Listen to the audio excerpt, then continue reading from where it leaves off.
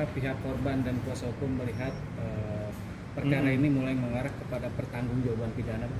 Ya, jadi memang secara due process of law sudah dilakukan. Ya, pro justisia kan ini sudah jelas. Intinya apa?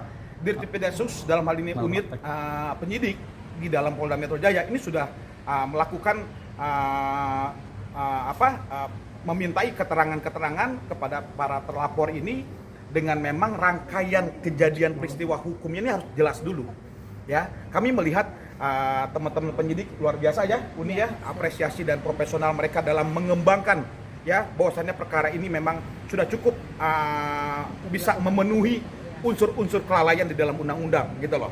Makanya kami melihat setelah hasil BAP-nya ya, atau kami melihat perkembangan dari BAP-nya ini yang dilakukan oleh Polda Metro Jaya kepada Dirut Rumah Sakit Islam Pondok Kopi Jakarta Timur, ini sudah kami bisa menganalisis alurnya ya dalam konteks pertanggungjawaban fasilitas kesehatan, dalam hal ini adalah Rumah Sakit Islam Pondok Kopi Jakarta Timur. Dan kami melihat ini masih sesuai on the track ya dalam mengungkap lebih kuat ya siapa-siapa saja yang menjadi penanggung jawab dari kejadian malpraktek yang dialami oleh klien kami seperti itu. Bang, berarti apa yang orang-orangnya yang pihak rumah sakit yang dituntut ada berapa banyak orang dan jeratan hukumnya seperti apa terhadap pihak rumah sakit sendiri? Oke, jadi kalau kita bicara Omnibus Law Kesehatan Undang-Undang Nomor 17 Tahun 2023 itu mencakup Undang-Undang Kesehatan, Undang-Undang Profesi Kedokteran, Undang-Undang Tenaga Kesehatan, Fasilitas Kesehatan dan sebagainya, ya.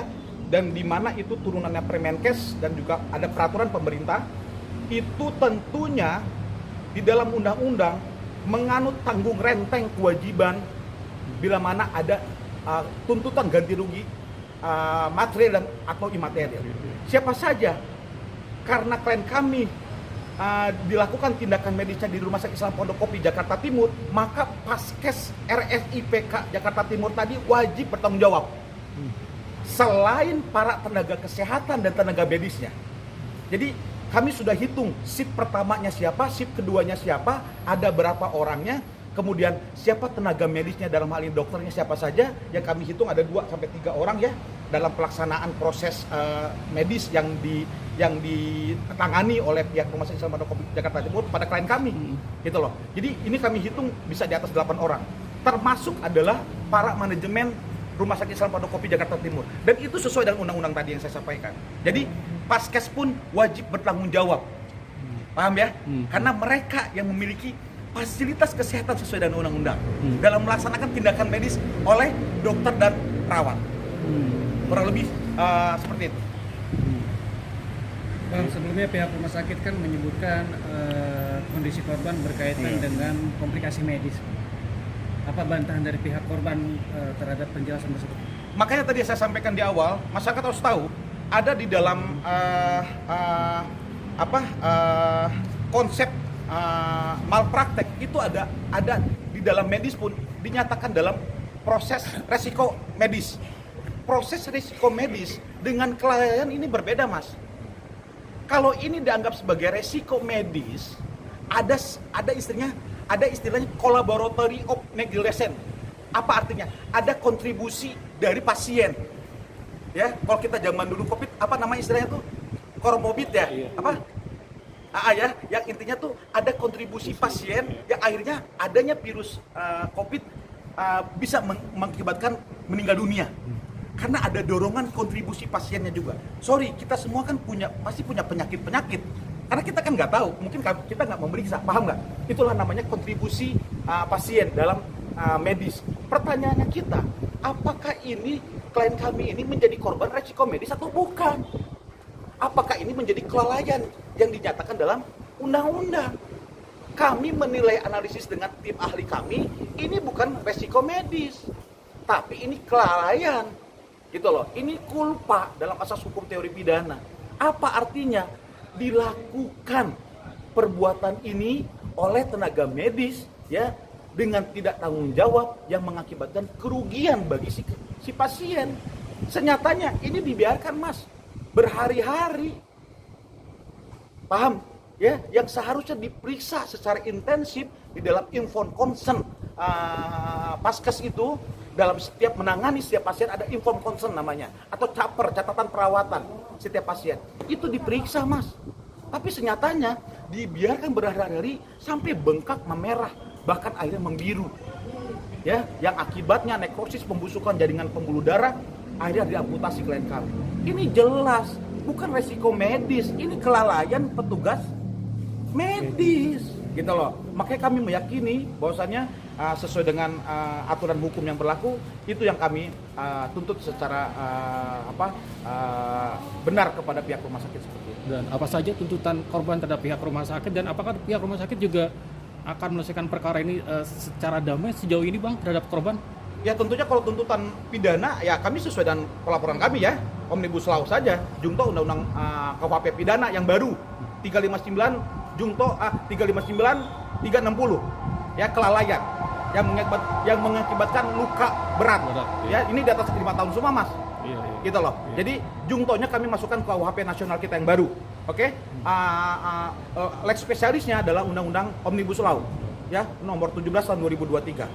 Omnibus Law kesehatan, perlu saya detailkan. Tentunya ini kami proses sampai saat ini dalam di Polda Metro Jaya, ya. Kebetulan informasi yang kami dapat, mereka pun mengajukan perdamaian dengan kami. Ya, tentunya kan kami harus memeriksa dulu nih. Perdamaian apa yang mereka tawarkan kepada pihak klien kami, pasien korban malpraktek ini. Gitu loh. Jadi harus kami lakukan upaya hukum, harus kami publish ke media, baru mereka mau melakukan perdamaian, begitu. Kan artinya begitu, saat Anda membiarkan ini semua, klien kami pulang dengan diamputasi, ini tidak pernah dilakukan apapun, Mas, Bapak yang tahu. Tapi kami setelah berbulan-bulan mereka mengadukan kepada kantor hukum kami, baru kami analisis. Saat kami somasi, bahkan somasi pertama kami dilawan, baru somasi kedua kami kirimkan kembali, mereka baru menanggapi. Artinya apa? Harus dengan cara seperti ini masyarakat mencari keadilan di negeri ini, gitu loh, untuk supaya dapat mereka tanggapi. Kami publish di media dulu, kami somasi dulu, lakukan upaya hukum. Bayangkan bagaimana dengan korban-korban malpraktek yang tidak memiliki akses hukum akibat kelalaian para petugas medis. Kalau memang resiko medis kita pahami, Mas, kami ngerti, kami paham, kami punya tim ahli kesehatan. Kami diajari pengayaan ilmu kesehatan, ya, mana resiko medis, mana kelalaian, kami paham itu. Makanya saat kami menganalisis perkara klien kami ini jelas kelalaian, gitu loh. Dan ya kita akan lihat bagaimana nanti perdamaian yang diajukan oleh mereka, ya, apakah worth it, pantas dan patut, seumur hidup mereka cacat, klien kami ini, gitu loh. Sedangkan mereka adalah usia produksi dalam bekerja, mereka orang tidak mampu, Mas, gitu loh. Nah ini yang kita harapkan, apakah worth it dan patut, pantas gitu loh, mendapatkan perdamaian tadi bentuknya kompensasi. Kalau memang itu pantas dan patut, kami akan pertimbangkan. Tapi kalau itu tidak, menghina klien kami, ya. Dan kami berharap segera mereka merevisi, memperbaiki tata kelola paskesnya Rumah Sakit Islam Pendokopi Jakarta Timur ini, ya. Bahkan dalam beres sidang MDP mereka ketawa-ketawa, Mas, gak punya empati dan adab. Ya katanya rumah sakit berkedok agama. Adabnya di mana mereka ini? Ngaku-ngaku rumah sakit dengan kodok agama lagi. Beres sidang putusan MDP, mereka ketawa-ketawa. Klien kami diam. Dan kami sampaikan, kami akan lanjutkan upaya hukum. Kami tunggu pertanggungjawaban Anda semua. Ini kan tidak elok dan tidak ada empatinya. Ya, wajar sekali ada kasus yang kemarin, yang almarhum itu, yang di Bogor itu. Model tenaga medis dan tenaga kesehatannya seperti ini, ya, orang mengeluh, orang sakit malah dikata-katain, dicaci maki, dihina-hina, direndahkan dia sampai dia wafat malah. Lihat yang terjadi, harus viral dulu, Mas. No viral no justice. Bajingan ini semua, tata kelolanya nggak beres semua. Ini harus dirubah mereka semua, gitu loh. Dan makanya kami meminta pertanggungjawaban hukum dengan upaya hukum pidana di Polda Metro Jaya seperti itu. Bang, sebelumnya kan sudah 2 kali pertemuan untuk mencoba perdamaian dan tidak ada titik temu. Yang terakhir tadi Abang bilang pihak rumah sakit meminta perdamaian, Bang. Apakah melihat ke belakang nanti bakalan alot lagi, Bang? Seperti apa, Bang? Kami rasa sudah bisa kita hitung, ya, apa yang memang patut dan pantas menilai kerugian material dan imaterial. sorry Mas, cacat total, cacat sebagian, tetap selamanya.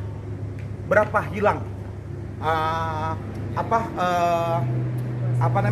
Ruas jarinya dihitung, ya, berapa kerugian dia menghadapi puluhan tahun dengan usia produksi dia, usia produktif kerja, sorry. Coba dihitung dengan ilmunya. Kami sudah hitung Mas, ya, dan dia masih punya periode waktu kerja 25 tahun. Dan dia bekerja dulunya sebelum ini, gitu loh. Yang akhirnya cacat begini dia nggak bisa bekerja, klien kami. Coba dihitung berapa? Kalau dinilai dengan rupiah misalkan 200-300 juta, ini kurang ajar Mas. Mohon maaf gitu loh. Ya, nilai segitu nggak ada harganya untuk kerugian yang didapat oleh klien kami. Misalkan seperti itu.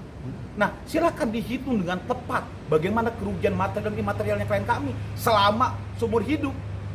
Ya, imaterial trauma psikisnya dia mendapati cacat badannya oleh kelakuan yang kami duga kelalaian dari Rumah Sakit Islam Pondokopi Jakarta Timur, gitu loh. Kalau memang worth it yang kami sampaikan penghitungannya Mas, kami pertimbangkan. Tapi kalau tidak kami terus, ya, sampai kapanpun, dan kami akan proses gugat perdata juga perbuatan melawan hukum di Pengadilan Negeri Jakarta Timur seperti itu. Bang, terakhir harapan Bang terhadap korban seperti ini.